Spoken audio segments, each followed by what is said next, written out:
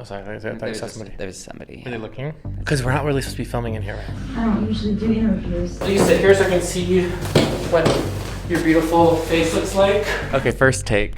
BYU.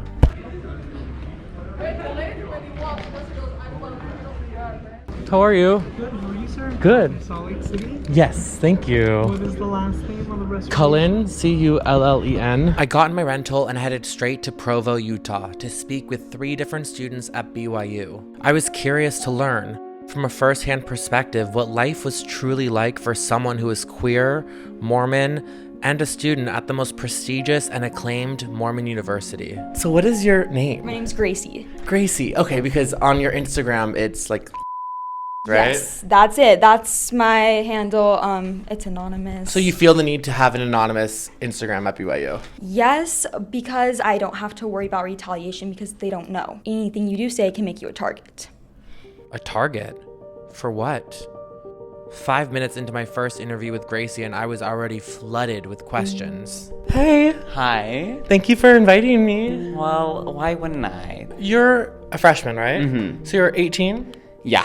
Are you gay or how do you... It's hard because of the church. Like, I grew up thinking I was straight, and then, like, come middle school, I was, like, starting to, like, look at boys and be like, they're attractive, I like boys. How did you feel when you figured out you liked guys? It was hard. I tried to pray the gay away. I wanted to be straight. I wanted to have a wife. I wanted to go on a mission. I wanted to follow the church to the T. I was trying to still be, like, the good little son that I was born to be.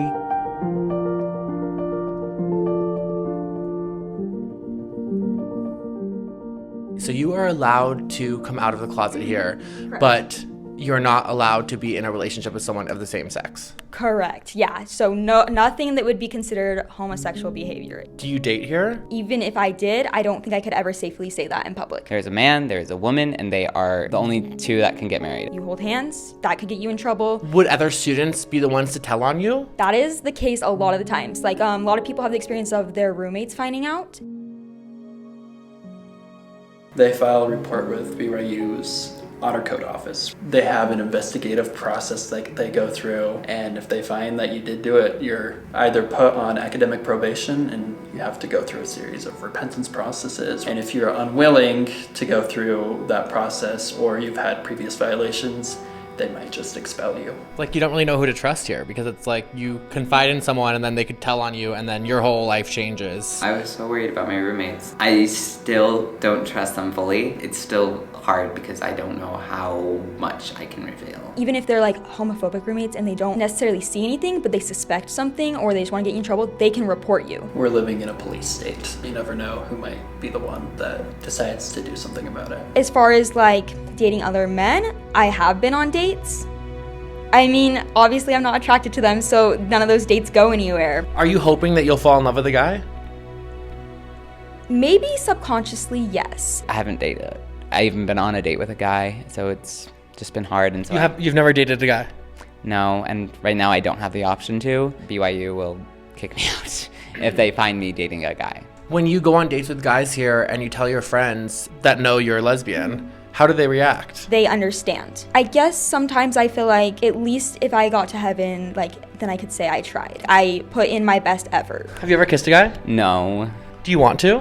Kind of. Feelings are so weird, and I haven't had the chance to figure it out, really. I don't know where I stand right now with my feelings, and I don't get the option to figure that out right now, and it's kind of hard. Do you think that the strict rules of Mormonism is like driving people away from Mormonism? Because like eventually you'll come at a crossroads where you're going to fall in love with somebody that's a woman, and you're going to have to figure out how that looks and choose if you want to stay Mormon or not. It's almost like bad business for the Mormonism to not encourage you to fall in love with who you want to fall in love with.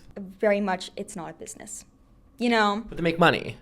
They do make money. So it is a business in that aspect. In that aspect, yes. I feel like all religion is a little bit of business. You're so right. I think that this is something that they believe in so strongly that even if it drives people away, that doesn't matter to them.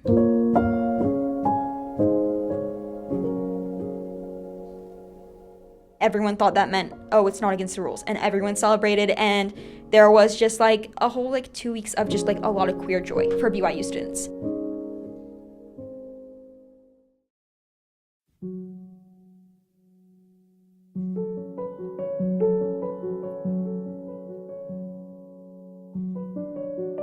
I don't understand why they would take it out but then still not accept it. Is it because like mainstream media, like they didn't want like that quote being places, you know what I mean? In my opinion, it has a lot to do with our athletics. That's where BYU gets a lot of money. And so in order to stay in good standing with the athletic committees and stuff like that, I think they had to take it out. The NCAA was kind of like, okay, well, if you're discriminating against queer students, that's something that we don't want to see. And so in writing, they're like, oh, like you can't say that we don't because it's not there. For a church that's preaching love, it's feeling like you're not even included. You feel like that? Mm-hmm. I've actually considered transferring, and I think I might actually at the end of the year. Really? Yeah. I don't know how much mental stability I will have if I continue here, and if I don't transfer now, almost none of my credits will transfer to like other schools. What keeps people here a lot of times is the religion credits. Those are required to graduate with a degree here, but when you go to transfer to any other university, they turn into nothing. And that's what keeps people here a lot of times is you are stuck with these credits and these time and this money you put into it, and it doesn't transfer over, and then you're behind in another school. BYU is cheap, honestly. It's subsidized by church tithing for members. So that's a lot of the reasons why people come here, and then that's why they stay here. Do you think that if all the sponsors or the donors pulled out because of the non-acceptance for queer people, that they would change their tune? That's a hard question. The Church of Jesus Christ of Latter-day Saints is the third most rich organization on the earth, has assets over $100 billion. And I think the church would tap into those funds before it would change much at BYU in terms of queer acceptance. It's so interesting to me because, and this is not from a judgmental point of view, it's like, I don't know how I could love something so much that doesn't love me so much. Do you know what I mean? I struggle with my religion because it doesn't seem like they love me. I spent my whole life in the church, and do I want to just like leave everybody? Do I want to leave my family? Do I just like want to like kind of separate, or do I want to continue to have to suffer in silence? What do you love about Mormonism?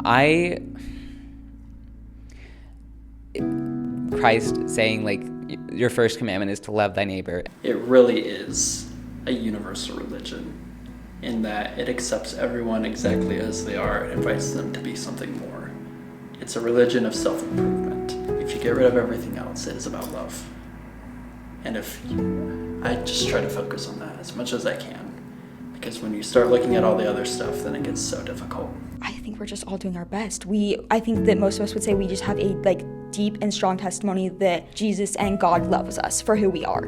Do you think that you'll be a Mormon forever? I will always be close, I think. I don't think I would ever stray. Like, if for some reason I decided to leave the church, like if I decided to get married to a man, I think I would still go to church every Sunday. I would still want to be part of the community. Like, Mormon culture as a whole definitely needs to improve in terms of being gay, but BYU kind of exemplifies the most problematic parts of it. In my opinion, there's nothing contradictory about being a Mormon and gay or queer. It's BYU in particular that makes it a problem. Do you think you're going to go to heaven?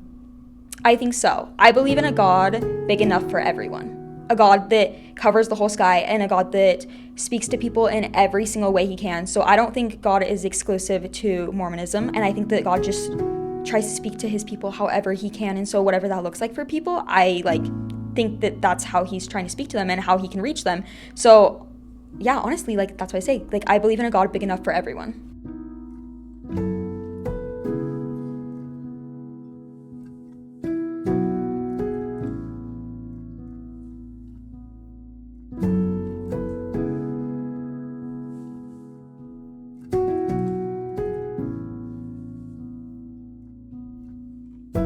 I left BYU reflecting on how different my life was than theirs at age 18, 19, and 20. For me, that was the time to explore my sexuality, to date, to fall in love for the very first time, to learn about who I was becoming and who I wanted to be.